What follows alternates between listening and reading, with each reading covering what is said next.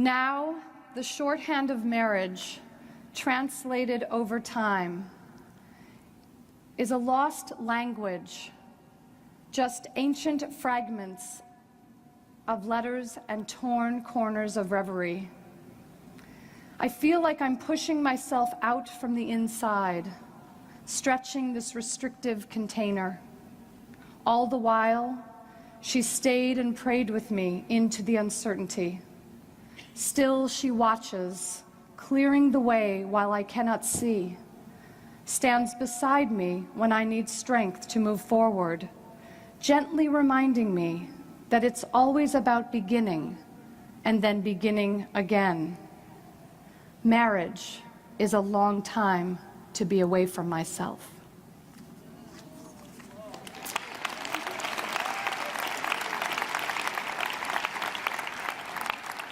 Thank you. And it's my pleasure to welcome to the stage a man who really did help me quite a bit on this journey. One of my most favorite men in the world, Wayne Dyer.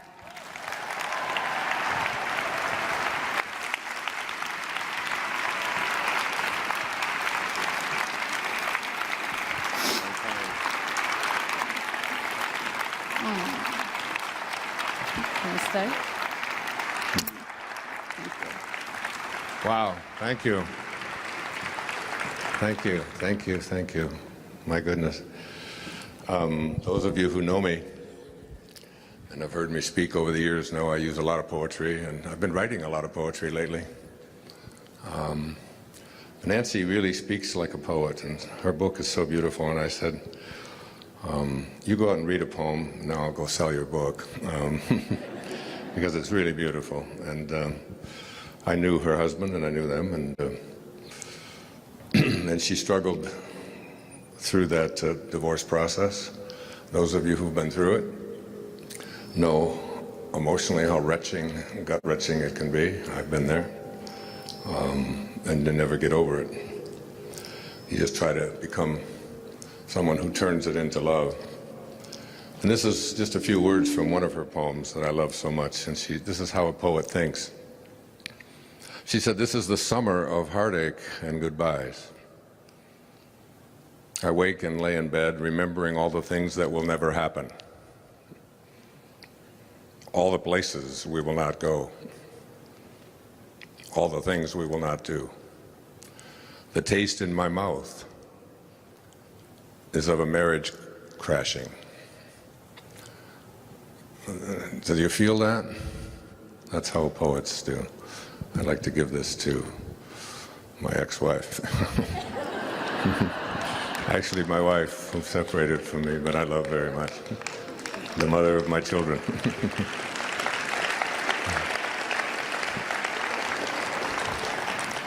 She just said, "I owe you for that."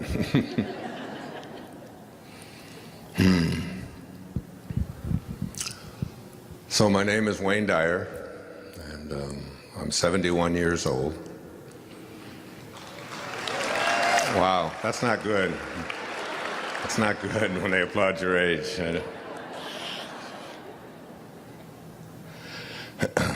And I have sex almost every day. Almost on Monday, almost on Tuesday, almost. I love that line. I don't know why, I just keep using it.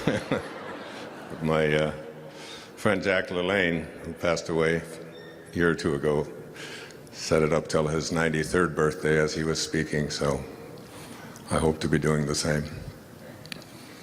And I'd also like to say to you, to the world, that I am well. Thank you. Not only am I well, but I am perfect health. And those words will have much more meaning for you when I finish in a little while, to be able to say the things that you are. I am. Two very important words, I am. So this is the first time, I think, ever, that all 8 of my children are here with me. We are having our Thanksgiving tomorrow because I'm not going to be here in Florida. So, and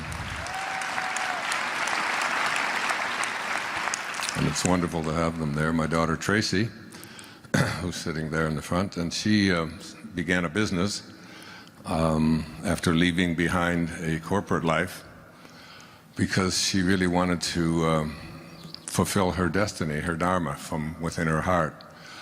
And she struggled over and over again with this whole idea of giving up your benefits and giving up all of the security and safety of a good job in order to do something that her heart told her was important to do. Those of you who have seen my film, The Shift, know that that's what I speak about, what it's all about. If you haven't seen it with Portia de Rossi and Michael DeLuise and myself, I encourage you to do so because it's about shifting, making a move in a different direction. She started her own business, and her business is designing her own handbags. But the interesting thing is she also designs them from and builds them from recycled water bottles, plastic water bottles. I think that's phenomenal. Here's one of them up here now, and I wanted Nancy. Is Nancy? Are you? Where did you go? Did Nancy leave? There was a lady right over here in a wheelchair that I was going to give this to, and I don't. Oh, there. What is your name? What is her name? What is it? Lucy? Well, Tracy, would you take that back? And it's so beautiful. Made out of recycled water bottles instead of putting them into the ocean. Here.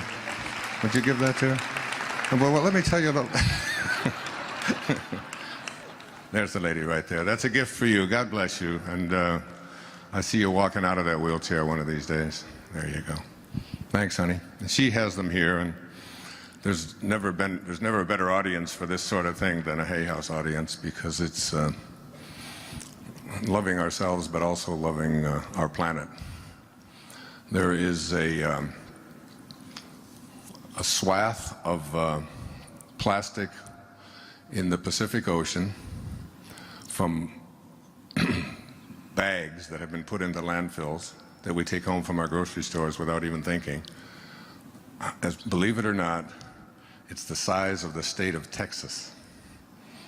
And it's out there floating, just all this plastic, and it's all unnecessary. We can do something to change that, and I honor you for doing that. My other daughter is here, Serena. Where are you, Serena? Oh, there you are. Come here, honey. Go around. I want to introduce, she started a project. You can go around, go back, and move quickly, okay? I'm a big star. We don't have time for this. But Serena has had this passion for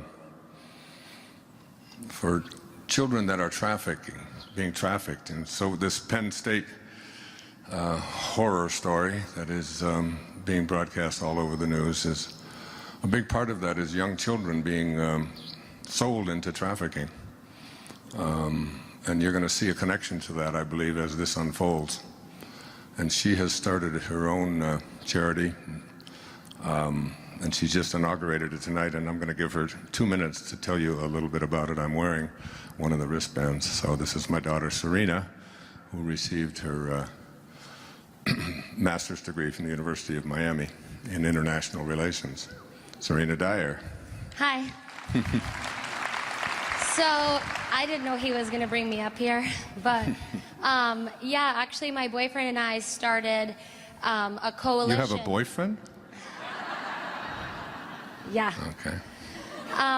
We started a coalition that we're actually just launching this week, and what we're trying to do is just raise awareness about child trafficking. We're not asking for money. We're not asking, well, for money. We're just asking for people to sign up for our e-alert so that anytime there's, let's say, a bill waiting to go through Congress and we need to get people behind it to get it passed, we can send you an email and get you involved, or if you want to help or find out more information, you can come get a free bracelet and sign up. But basically, we started to do this when we came across some really alarming statistics, like the number one place that an American man seeks sex with a child is America.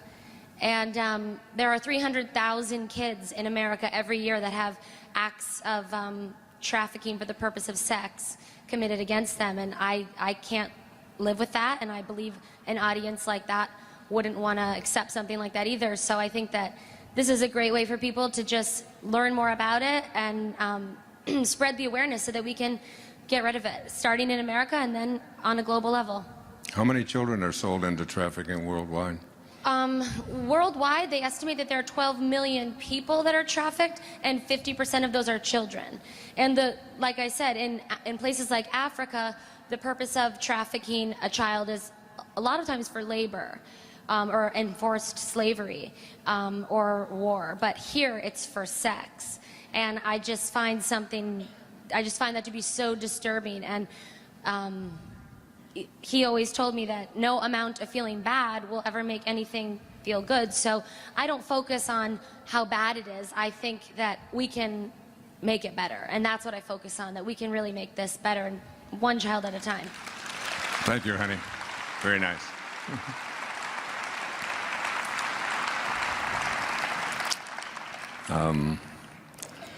I won't go through all of my children because they take up the first whole section over here, but I'll probably mention them throughout the evening. I'm proud of every single one of them, and very, very blessed to have such beautiful children. And the mother of those children, Marcy, a woman I love so much, I give her an awful lot of the credit for all of that. In fact, I give her all of the credit for it. So I've just finished taping a new public television special, which will be airing in March. It's the 9th one, and I must say how proud I am that since we started these in 1998, we're getting close to $250 million being raised for public television, just from the pledges that people make. And public television is another one of those wonderful pro bono things that I do and that so many people do to bring a different kind of energy into our homes. You know, the energy of Sesame Street. My daughter Sage is sitting there in the front rows, now 22, and you still have Barney, little baby Bibs, and everything was Barney, and that was the dinosaur, the purple dinosaur. Anyway, so that will be airing in March, and it's based on what I have been doing for the past year or so.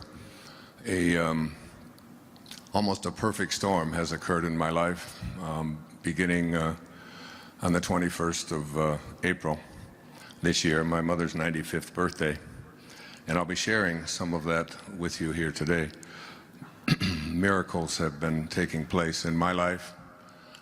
Healing has been taking place. My whole emphasis on this, most of you probably know because ABC World News did a whole story on me, but they focused on this diagnosis of leukemia, which is now gone. I don't pay attention to it. It's not a part of my life. And I'm living from a perfect health perspective every single day. And it's been a marvelous shift, and I want to talk to you about it, not about my own story necessarily, but about the principles that are involved in making this wonderful and powerful shift. So much of what I speak about here tonight will probably sound strange, even to this audience, which you wouldn't think that would happen here. I know what you guys are like. I know how crazy you are, how weird it is. But there have been things that have been showing up in my life, and principles for me to write about, and things for me to tell you and share with you that have really surprised me. And I've always lived by the principle of Tilopa, the 10th century Sufi master, who said, have a mind that is open to everything and attached nowhere, attached to nothing. And my wife and I always had this attitude in bringing up our children, that keep an open mind. and anything that you immediately reject. Get your ego out of that and just open yourself to the words of Jesus in the New Testament when he said, with God, all things are possible. And I always ask my audience, what does that leave out? What does all things are possible leave out? And obviously the answer is nothing. In the book that I wrote for the film, The Shift, it's also called The Shift, it has 4 chapters. From ambition to meaning. Moving our lives away from our egos and into a place of meaning, what Serena was up here speaking about. It's a sense of feeling that you're making a difference in the world. And towards the end of that book, I quoted from a man named Joel Goldsmith, who wrote The Infinite Way, in parentheses, in eternity. And we actually had friends on Maui, a friend on Maui named Alexandra, who's in her 90s, and in her late 80s, she would go out kayaking every day. And she actually dated Joel Goldsmith back in the 1950s when he lived on Hawaii. He's been very much of a hero to me. And then from his book, Parentheses in Eternity, which is what your life is, a parentheses in eternity, he said these words. He said, then there are those who reach a stage in which they realize the futility of this constant striving and struggling for the things that perish, things which, after they are obtained, prove to be shadows. It is at this stage that some persons turn from this seeking for things in the outer realm to a seeking for them from God.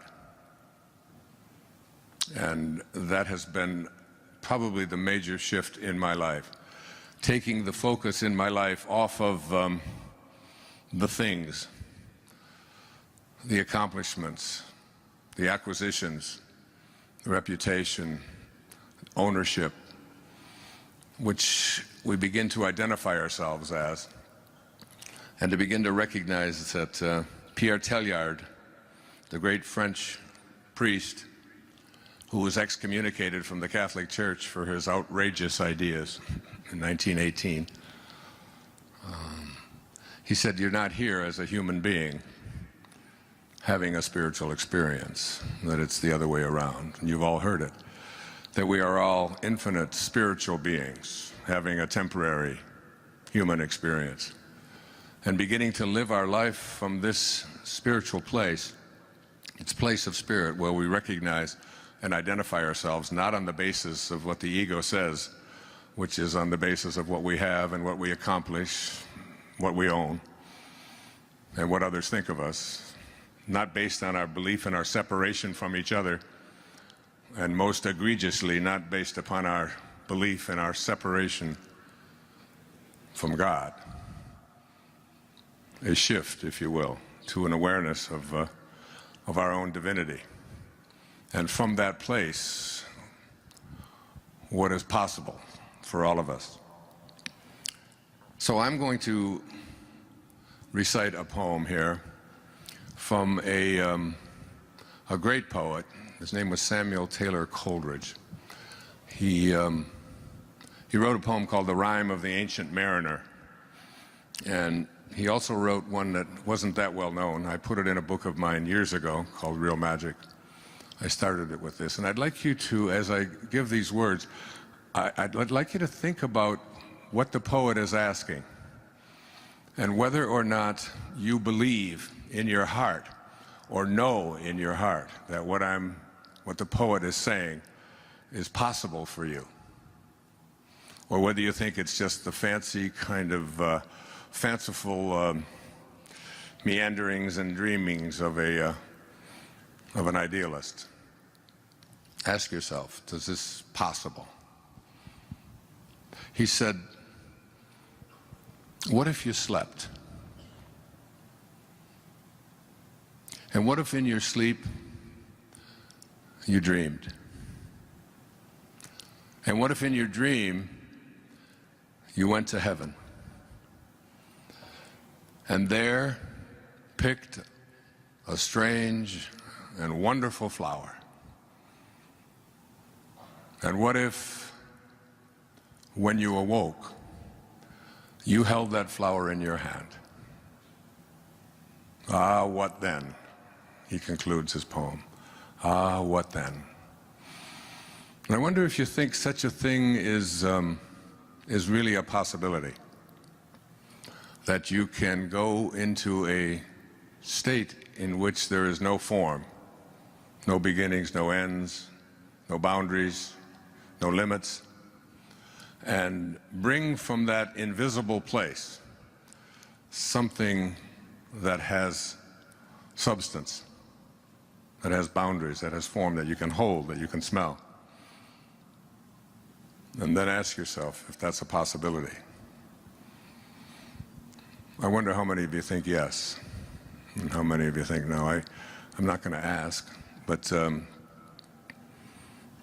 the fact is that this room has, it looks like 2,500 or so people in the room tonight. Every single one of you are an example of what that poet just described. Every single one of you came from a formless place and are now form. All of you. Every flower that you look at began in a seed, and the seed began in something that is invisible. There's a little girl here tonight. Camille, where's Camille?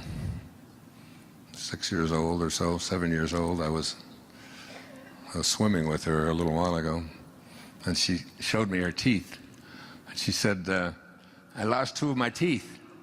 And look, there's 2 new teeth coming underneath it, and she was all excited about that. And I said to her mom and my daughter Summer, who was here, just imagine that in that tiny little infinitesimally small little speck that built into that was what she's going through right now. What is there to do? There's nothing for us to, we can't make a change. In that tiny little invisible speck, everything that you needed for this physical journey was handed for you. And you don't believe in miracles?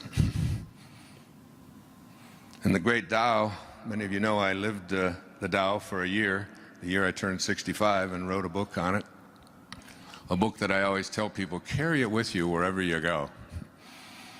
Some call it the wisest book ever written.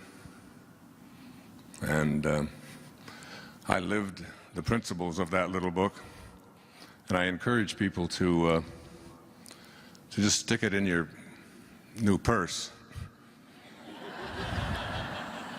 The ones that are made out of plastic, recycled water bottles. Is that all right?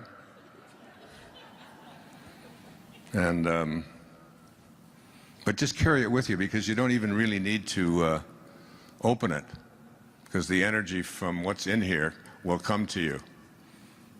I had a great teacher in India who used to say, he wrote a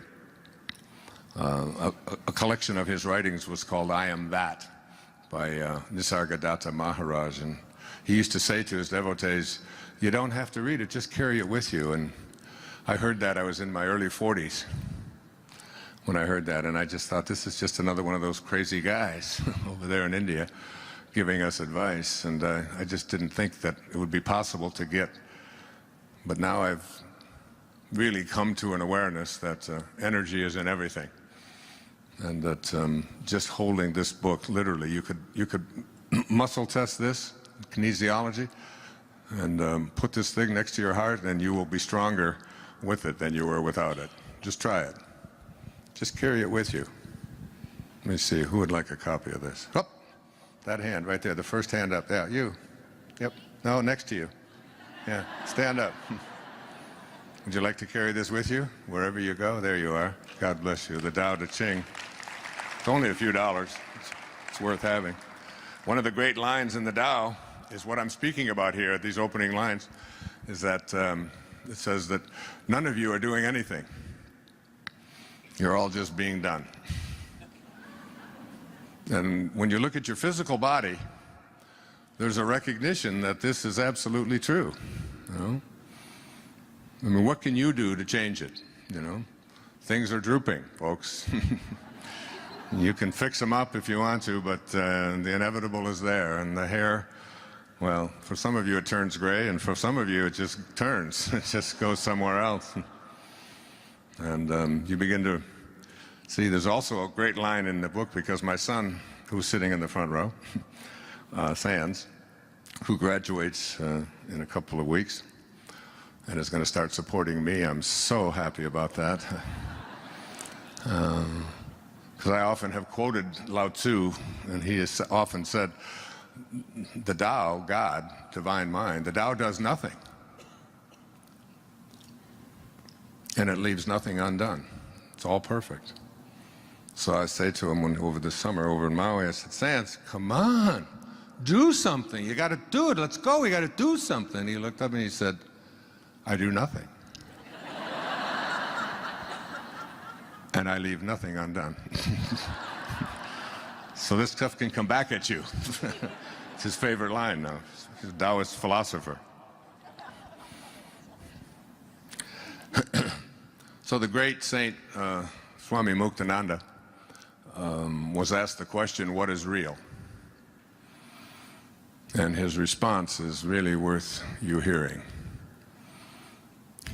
And something for you to really think about, because the strange place that I think it's weird, it's just so magical, but it's still, it's hard for us to wrap our arms around this idea that all things are possible. This awareness that about what is real. And Muktananda said, that is real, which never changes. So what part of your physical life meets that definition? We are all in these bodies that are changing every second. Therefore, by that definition, they're not real. So you go back and look at how many bodies you've been in since you showed up here. You were in a body about this big that weighed somewhere between 5 and 10 pounds, and that was you.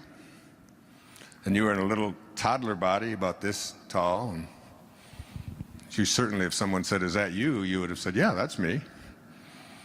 And then you were in a 13 or 12-year-old body, which is one of these. I have 6 daughters, and they have a stance, you know, when they're about 13, and they go like this, and their leg goes up and down, and they roll their eyes and look at you like you ought to try to get a life someplace. You were in one of those bodies, teenage body, and you thought that was real.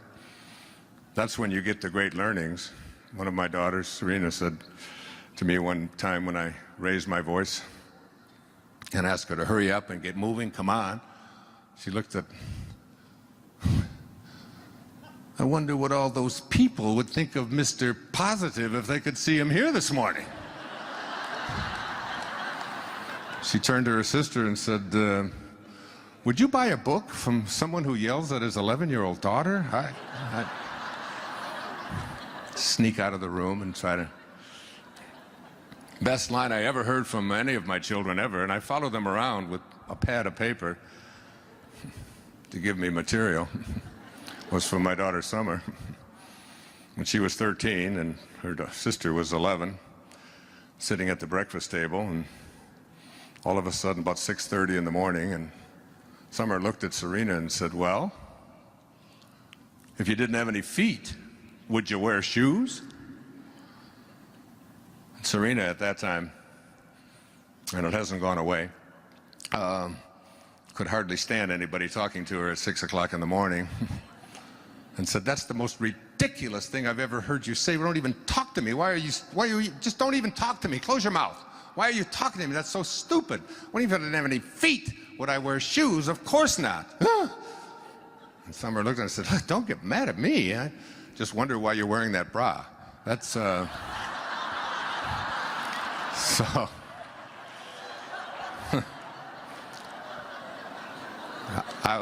you were in one of those bodies.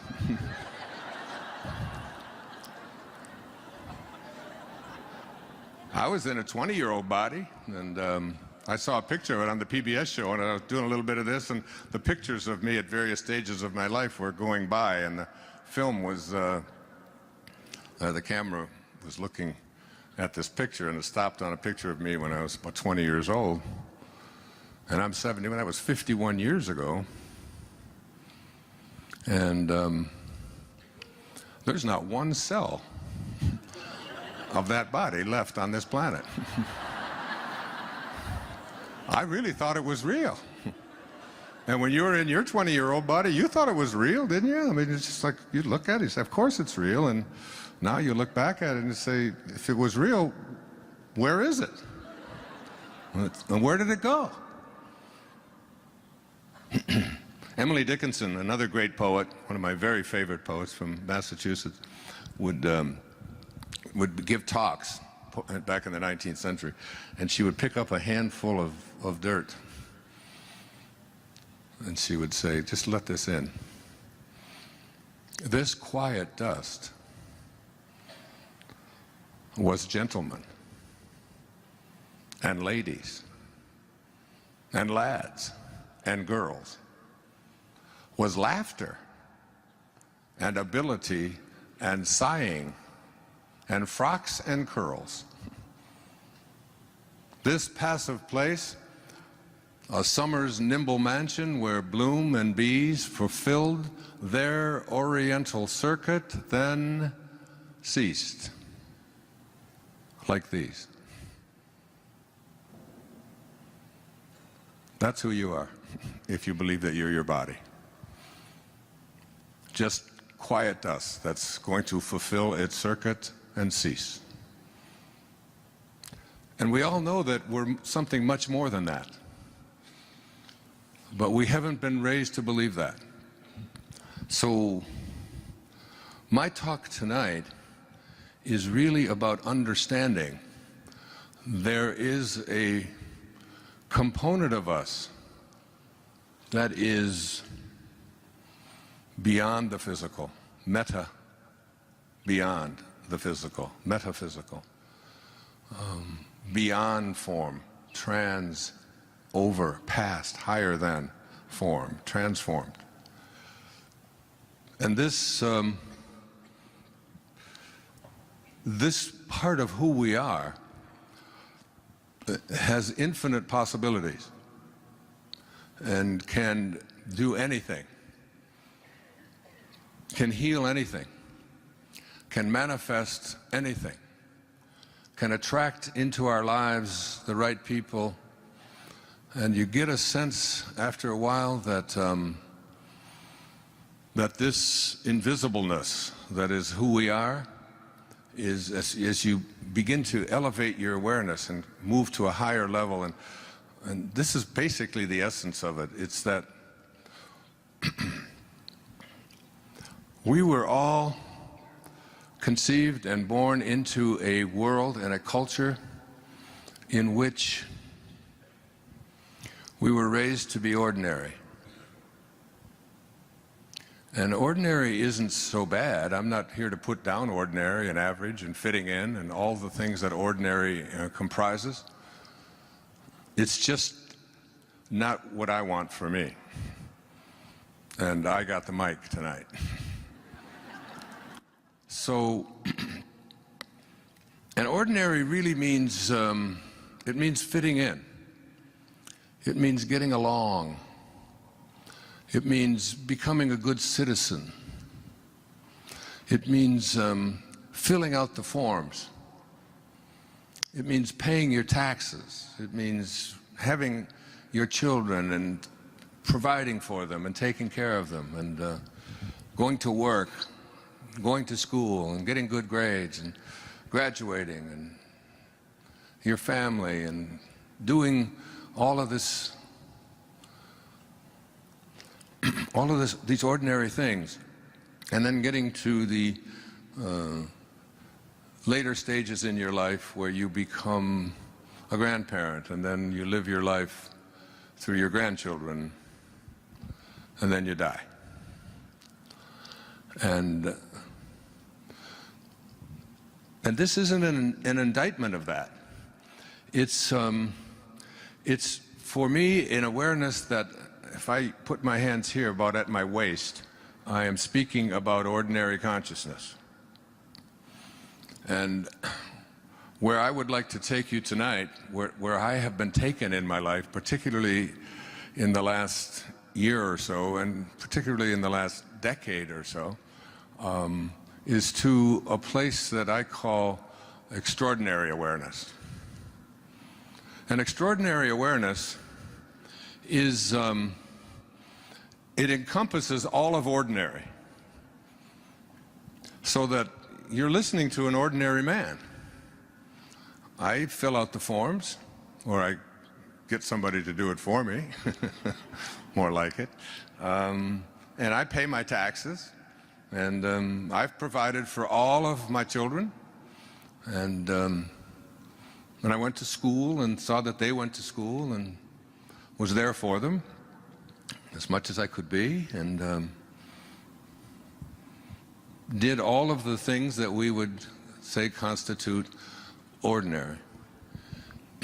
But extraordinary doesn't stop here. See, this is where it stops for so many people. And they go through their life with this, remember the Barbra Streisand song?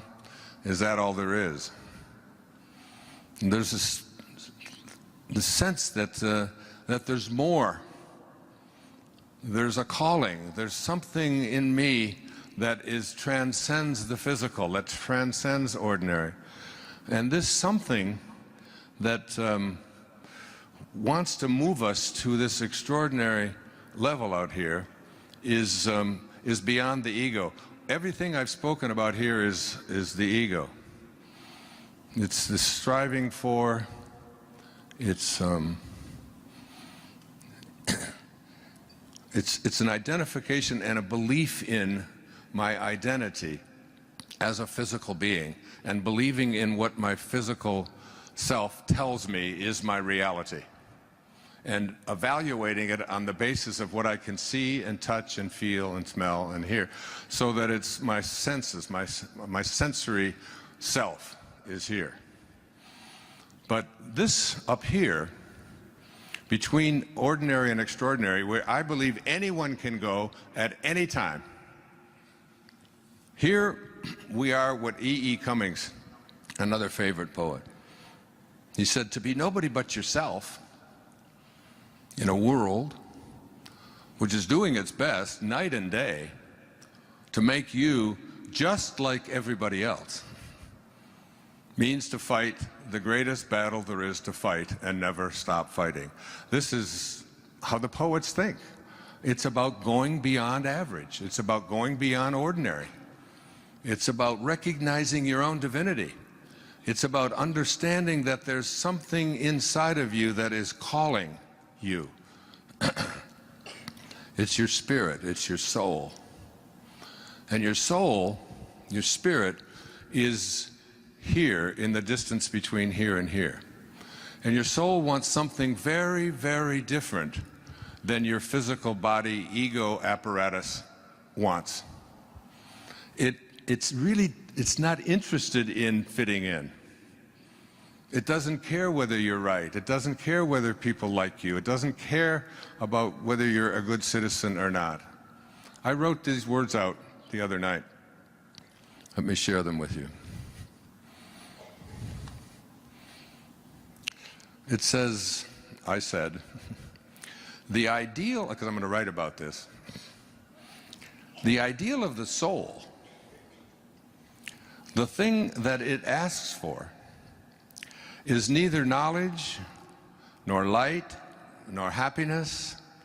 The ideal of the soul is space.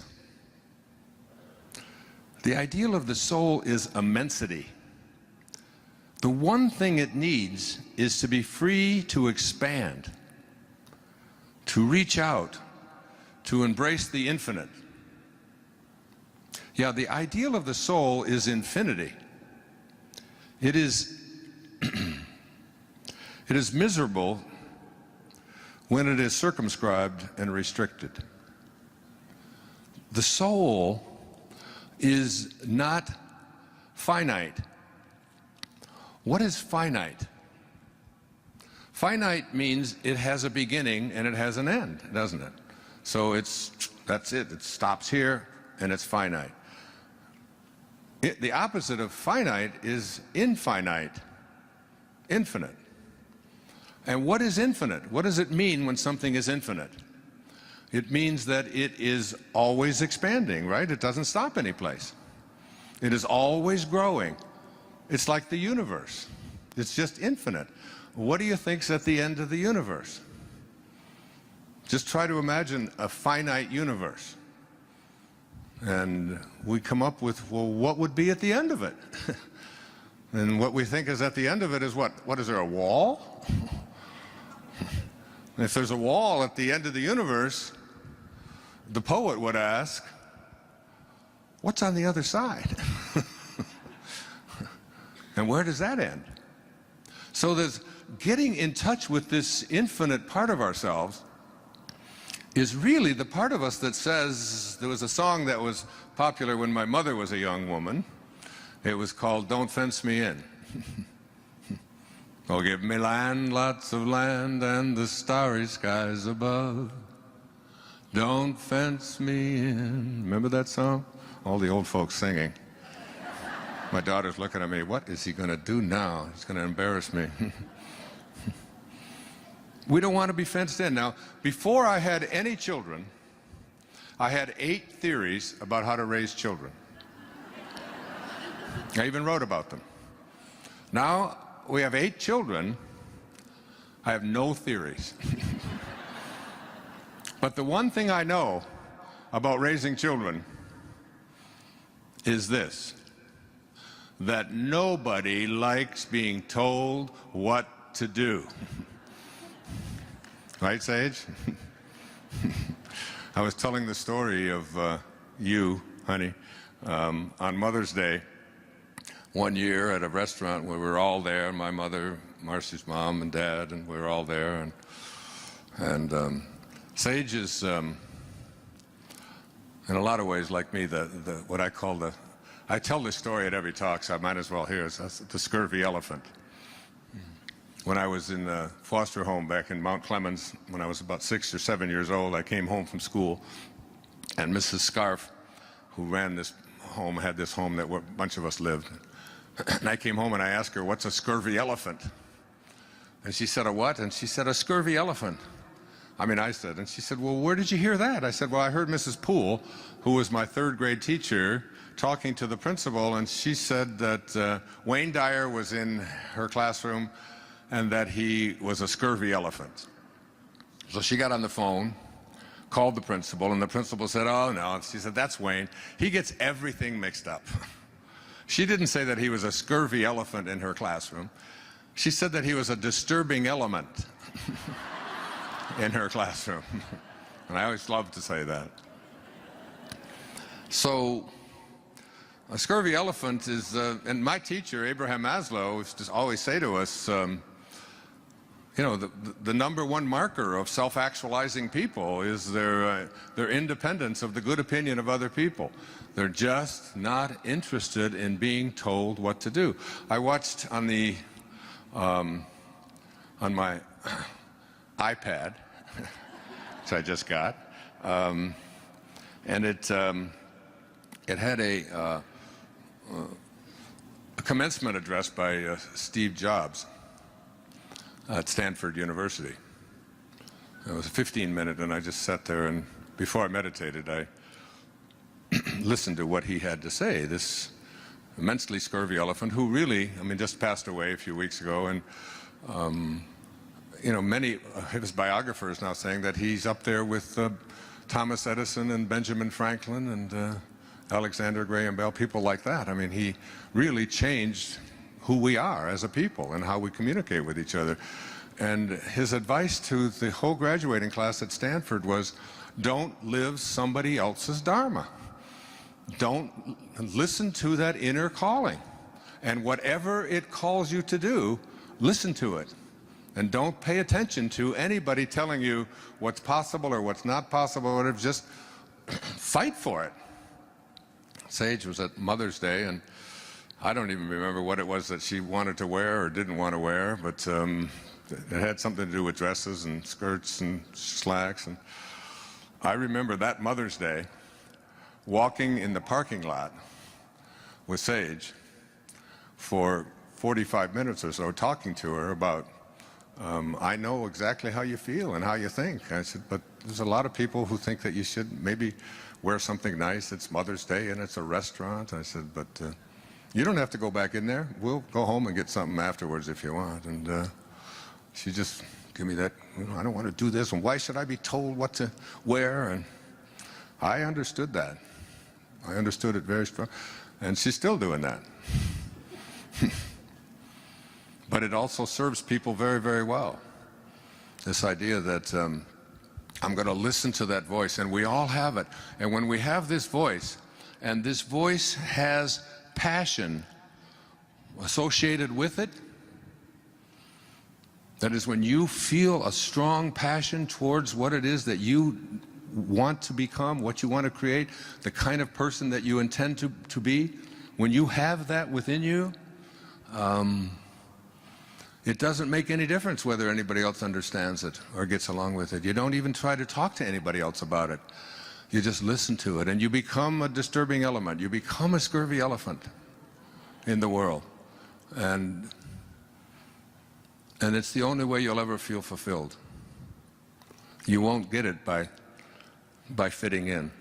So in order to, you have to listen to your soul. And your soul is that invisibleness. And your soul is not finite. Therefore, everything up to here is finite. Everything that I spoke about, filling out the forms, fitting in, being a good citizen, doing all the right things, all these things which I applaud, which are all fine, but they only take you, you end up living a half-lived life.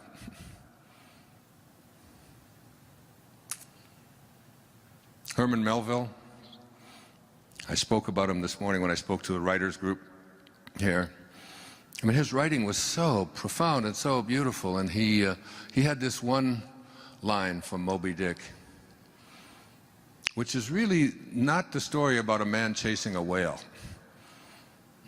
It's the story of a person who has an obsession, and that whale is a symbol of I must achieve it.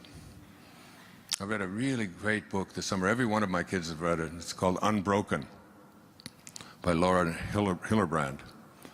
And I recommend that you read it, and wherever this is going around the world, get a copy of it. It's the story of Louis Zamperini, who survived on a raft across the ocean and was taken to a Japanese prisoner of war camp, and on and on and on, and survived against all odds. And then at the end was able to go back and forgive. I mean, it's just a powerful, beautiful, spiritual experience. And and Ahab was pursuing his own inner voice that just couldn't be stilled. And this is how Melville spoke. Because I live on an island in the middle of the Pacific, Maui, where I invite you to come in January to listen to the whales. Go on a whale watch with me, and if you like what I'm speaking about here tonight, we do 2 or 3 days on it in January. Here's Melville. He said, "For as this appalling ocean surrounds the verdant land, so in the soul of man lies one insular Tahiti, full of peace and joy, but encompassed by all of the horrors of the half-lived life. The half-lived life is the life that gets you to ordinary, to filling out the forms, and then stopping. The self-actualized life starts at ordinary and listens to its soul, which you can't find, but you know is there. And there are some that doubt that it's there. I had a friend who's a neurosurgeon over in Maui, and he was saying, you know, you talk about this soul thing a lot. He said, I've poked around in a lot of human brains, and I've never seen a soul or anything resembling a soul. And I asked him, I said, Chuck, I said, while you're in there poking around, have you ever seen a thought? Well, no, of course not. I said, do you think there are thoughts? That such a thing as a thought exists? You can't see it, you can't touch it, you can't. The fact is that virtually everything that exists is metaphysical, beyond the physical. It's very limited, our physical world, and it's not even real by Muktananda standards because it's always changing. The body that you came into this room with will be a different, you'll leave in a different body. There's something called you that just keeps occupying more and more and more new bodies until ultimately it just sheds it all together. The great Irish poet William Butler Yeats said, an aged man is but a paltry thing, a tattered coat upon a stick. What an image. Unless soul claps its hands and sings, and louder sings, for every tatter in its mortal dress. We're just tattered coats on a stick, unless we have a soul. And when we have a soul, the soul says, don't fence me in. The soul says, don't tell me what to be. Don't tell me what I can't do.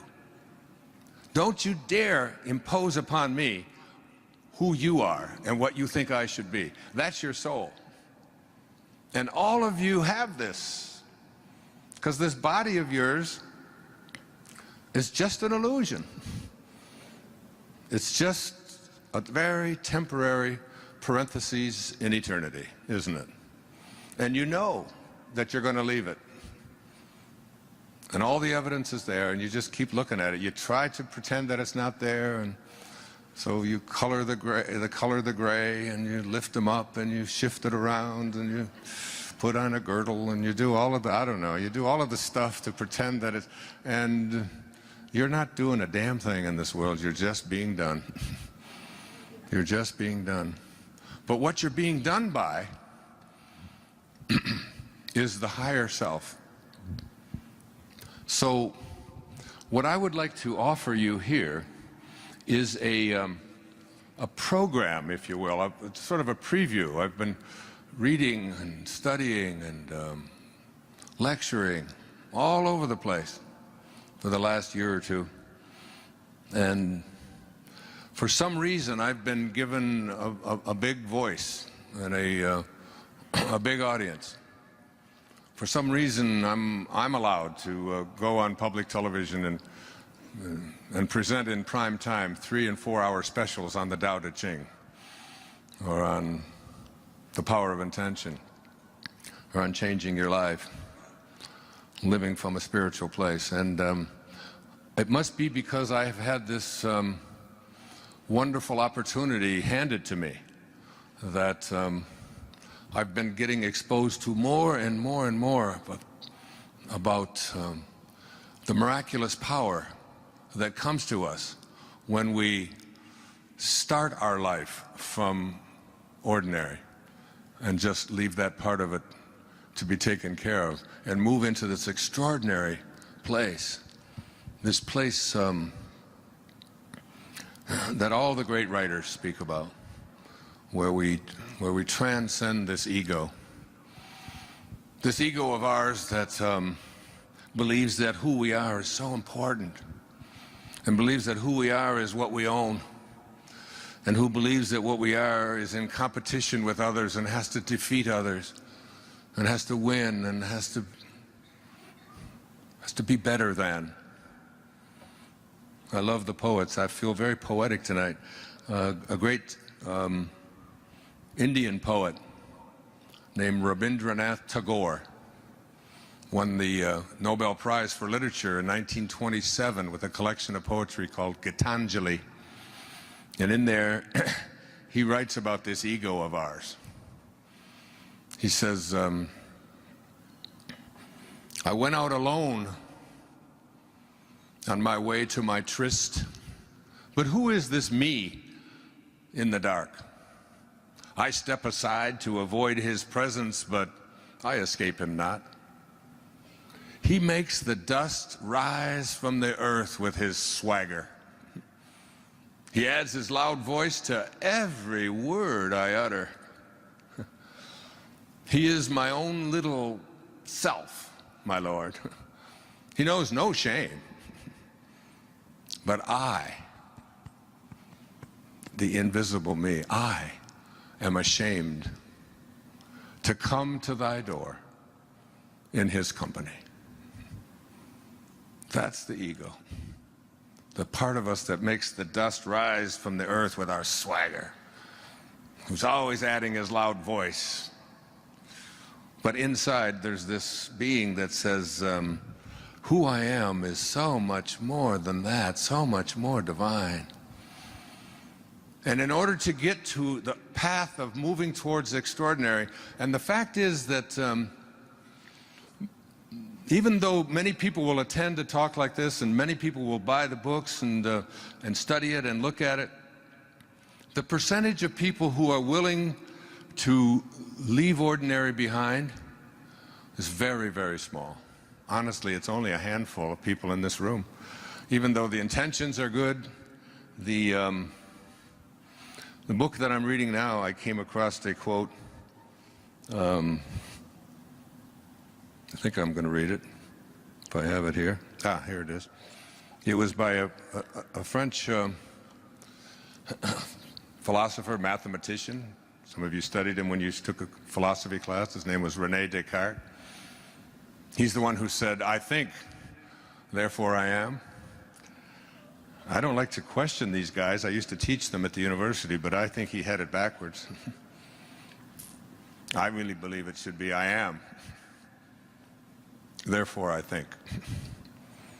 Well, that's just my opinion. I'll talk about it later. And Descartes said, in order to reach the truth, it is necessary at some point in one's life to rid oneself of all the opinions one has ever received and to rebuild one's entire system of knowledge from the very foundation.